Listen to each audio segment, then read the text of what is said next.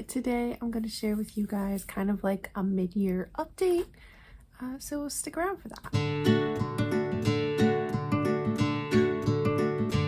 Hi, welcome. If you're new here, my name is Tiffany. I'm a homeschool mom of 3 kiddos. I have a 13-year-old, a 9-year-old, and a 4-year-old. Today I'm going to share with you kind of like our mid-year update, like what's been working, what hasn't, are we still doing all the stuff I said we were going to do at the beginning of the school year? What are we not doing? Yeah, so I hope you enjoy this. So we're going to kind of just chat for a minute. So I'm a really big planner. Like, I like to plan things, and I like to research and plan and come up with these grand ideas and schemes. But I'm a big procrastinator, and I'm not good at following through with those plans. So yeah, anyway, we start out, usually the first couple months of school, we start out really good, doing everything that I plan to do every day and sticking to a schedule, and then it just slowly goes downhill from there. And it's just like, get the basics done, get your core subjects done, we're good. So we started out doing like a 5-day-a-week schedule, and it's very quickly turned back into a 4-day week. Was it last school year? I don't even know. Time is just this weird thing right now. But before the pandemic, we had been doing co-ops on Mondays.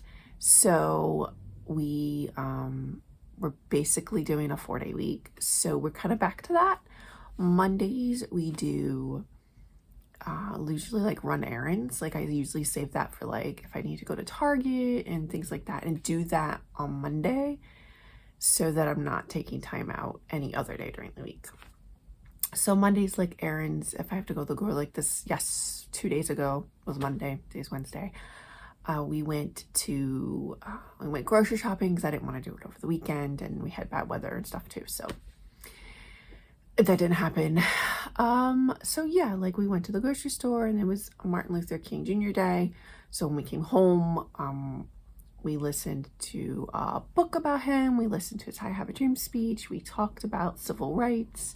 I have 2 books from the library that I got about civil rights, and we're getting to those this week. Probably gonna start one today.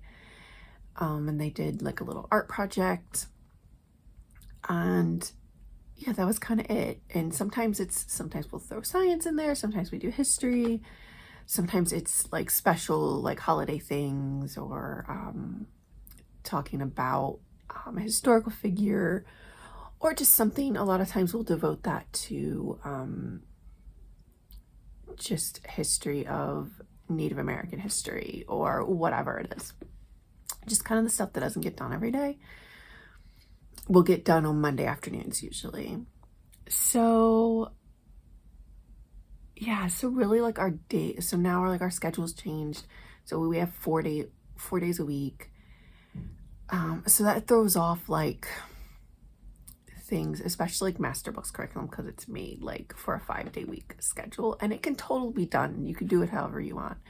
So sometimes like my 9-year-old, sometimes she'll want to get her math done. So she'll there's been times where like on the weekend she'll sit down and finish up whatever she didn't get done during the week. And it's weird. So like some of their lessons are really long. Like some of them are like 1 page real quick done, and other times they're like 3 pages long. So like when there were the 1 page really quick, she could do 1 or 2 lessons at a time, in a day. But okay, got interrupted. My husband getting coffee.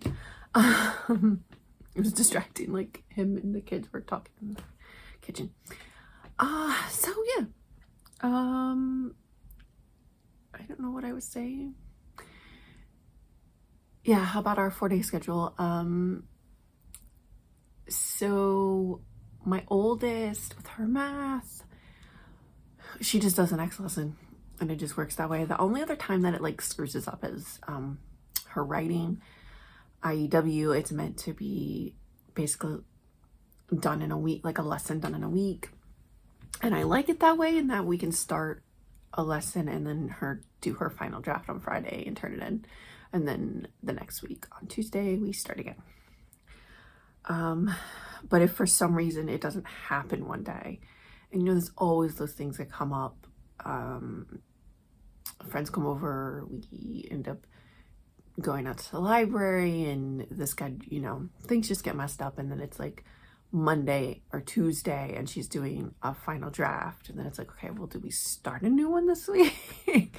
So, which is what we've kind of been doing. There's some weeks where she'll finish it, she'll hand in the final draft on like Wednesday, and I'm like, forget it, we'll just start next week with the next lesson. But it's one of those, like, writing, I don't feel like she has to finish the whole curriculum in a year, which is fine. I think I've talked about that before. Which I'll put links down to all of my videos, like what curriculum we're using this year and stuff like that.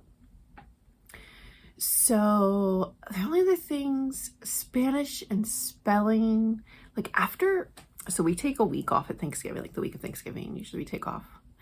And after that, it was so hard to get back this year. And like before we knew it, like Christmas was here, and it was like, I felt like, but that amount of time we hardly got anything done. And like she stopped doing spelling in Spanish every day, which was fine. I really didn't care. So I just like looked over it recently to see how much she has left. And so it was like, honestly, as long as you do it a couple days a week and just get the books done by the end of the year. And if that means at the end of the year, you're sitting and doing, you know, several pages in a day, then that's on you. But, Spanish I do with her. Not that I can speak Spanish, but I took 3 years in high school.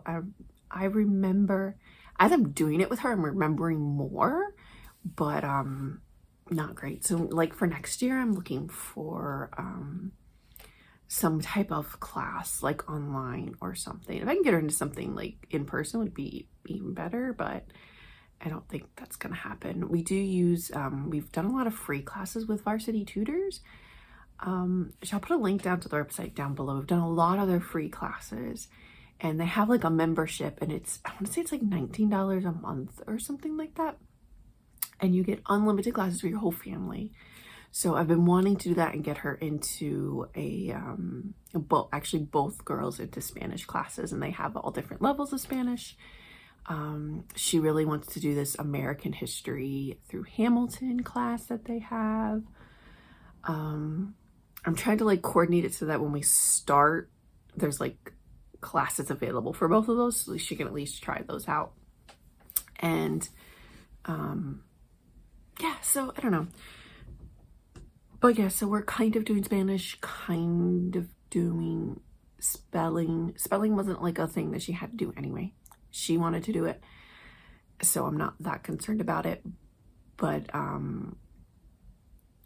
feel like I bought you the book, you wanted to do it, you need to follow through and do it. Because she's like, I am grand plans, and yeah, nothing happens.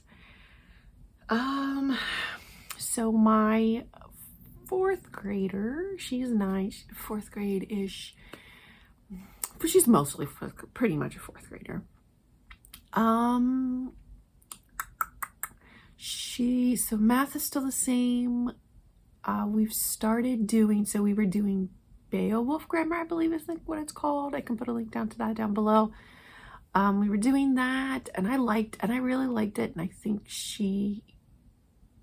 think it helped her with some of the grammar concepts and stuff like that. I don't know, she got into this I'm tired of cutting and pasting kind of thing. So only the activities that I only printed what I thought like that was good for her to do and that would help her. And so wasn't trying to give her, she wasn't doing a ton, but I think she's in this, I'm over cutting and pasting, you know. I'm 9 years old, I don't want to cut and paste anymore. So that was her only complaints about it, but I think it did help, and I think it was a good introduction for her,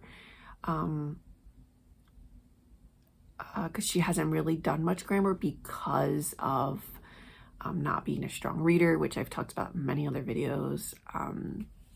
but she's doing so good with reading. I'm so proud of her. She's working really hard. Yeah, and so she wanted to do, my oldest did Fix It Grammar for my AEW, which I highly recommend. Love it. It's so quick, so easy, and it gets the point across. So I told her that when she could read it, she could start it. So after Christmas break, I told her, like, okay, well, let's try it. If it gets to the point where you're not able to read it or you're not grasping the concepts, then we'll take a step back, do some of the Beowulf grammar, you know, maybe get more practice in grammar first, and then we'll come back to it. So my oldest started it.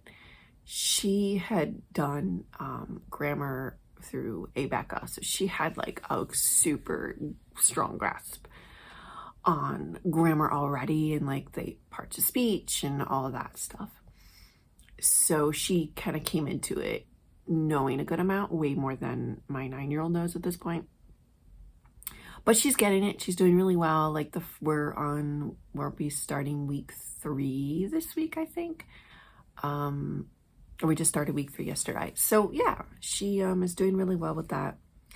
So yeah, so we're kind of taking a break from Beowulf grammar. Now she's starting on Fix It Grammar. We also are doing, and I think I've talked about this, I don't remember if I mentioned it in like what we're doing for 4th grade. She is doing Spelling UC. Again, my oldest did that as well. She, amazing reader, reading before kindergarten, doing great, right? We tried spelling curriculum in 1st grade. I think it was Horizons. I didn't do anything for 2nd grade, I don't think. Or maybe we did, I don't know. 2nd, 3rd grade, I think we tried. We were doing some ABACA. Not good, which those ABACA spelling lists, I'm telling you, if those kids in those grade levels can spell those words, that's awesome, because there were words that came up, I think, in the 4th grade curriculum. I'm like, those are words I have to think about spelling. I'm like, so when she was in 4th grade and we were doing ABACA, like, I was like, there's no way this is not happening. So that's when I found Spelling UC. Game changer for her. She, within 6 weeks, I saw a huge jump in her spelling ability, but I think a lot of it was confidence.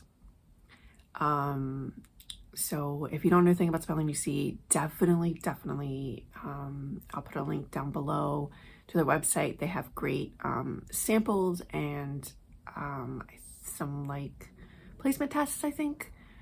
They have something for placement. I don't know, but I love it. So, which is all copy work and dictation, and they call chunking. And so you're just picking out kind of like the patterns, and not really patterns. I don't know how to explain it. I'm not a professional. I just know that it worked for my oldest. And so also for my youngest, so we're kind of using it as handwriting practice because she has atrocious handwriting. And because that's never been a priority for me, for her, I was like, once you're reading and then we get into spelling, you know, then we'll really work on your handwriting. And it's not bad. She can write neat if she wants to. So we do kind of use it as handwriting as well as spelling, and reading, because she has to read. You have to read every day. So you read the passage every day. You do copy work every day. You chunk whatever it's asking you to chunk. And at the end of the week, you do dictation. So yeah, so I don't think I mentioned that when I was talking about what we were doing for 4th grade. So she's doing Spelling UC. I think that's it. Science is when we get to it, and then there's other things that come. So my oldest is doing Astronomy, which we haven't been super on point with, doing it every day or doing it every week.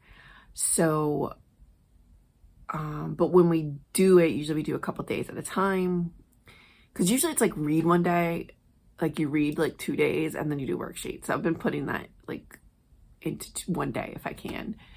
And so then that leads to my other kids are hearing it, and because I read it out loud to her. She's definitely an auditory learner. So you read it out loud to her, and then my other kids are hearing it. So it's led to some great discussions and some rabbit holes, and which has been awesome. So we do science, but not what I plan to do for science.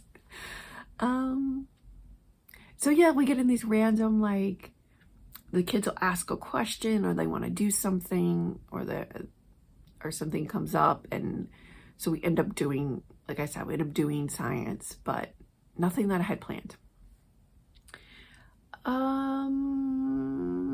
Yeah, that's it. My 4-year-old, he's doing really good with, we're doing, like, get ready for the code. There's, like, the first, like, beginner set. So it's explode the code, but there's, like, a beginner set, and it's, like, I can't remember the titles of it. I'm going to show you guys, like, later, and actually kind of go through that, but actually I'll probably do, like, a review video on that. And there's some days he just doesn't want to work, and I'm like, I'm not going to push it, which is kind of a struggle because, like, by his age, like, my oldest was starting to read by his age. Even my youngest was very interested in learning and sitting down and doing work and stuff like that. And so and he wants to, and he tells me he wants to, but there's some days where I can't get him to. We've been doing math lessons for Live Education, level K with him, and he's doing great on that. Like, we're still at the point of, like, count, like, we just did a lesson on sequencing. And it's funny though, because, like, maybe 6 months ago, we have a sequencing game that I got at like a learning store years ago. I think when my oldest was his age. And like 6 months ago, I tried that with him and he just was not getting it. But he did it the other day and totally gets it now. I could put all the little cards in order. There's just like 4 steps and you have to put them in order. Totally gets it, which is awesome. So it's great to see that growth there. And yeah, that's it. I think that's it. Yeah, we're just trudging along, getting it done. Trying to enjoy it as much as possible. Sometimes it's just, let's just get the work done. I'm done. But then there's days where everybody's learning together and it's just awesome, and it's just a nice flow and everybody's happy, and you know, they're really inquisitive and we're learning so much, and those days are great. But there's some days where it's just like, I mean, there's been days where I'm just like, forget it. Do your core subjects and I'm done. I'm just done, because they're just being kids, and yeah. So yeah, I hope you enjoyed that. It's a little quick overview. I hope you enjoyed this, and I hope you guys are having a great homeschool year. And yeah, I know some people start in January, so I hope you have a great start to your year. And if you're halfway like us, let's try to finish out strong, I guess. Usually our goal is to finish by the beginning of June, like before, like at the end of May. If we can do that, that's awesome. But usually we go into June a little bit. I leave that up to my oldest, because usually my younger one is done before then. So it's my oldest. I'm like, okay, it's up to you when we finish, when you're done with math. Because that's the one thing that's like, okay, this is done in a year. Yeah, and then once she's done, we're done. So we take about a month. We usually take a month off. We start again in July. I'm starting to research next year. It's the time of year that I sit down and start thinking about what are we going to do next year, start researching.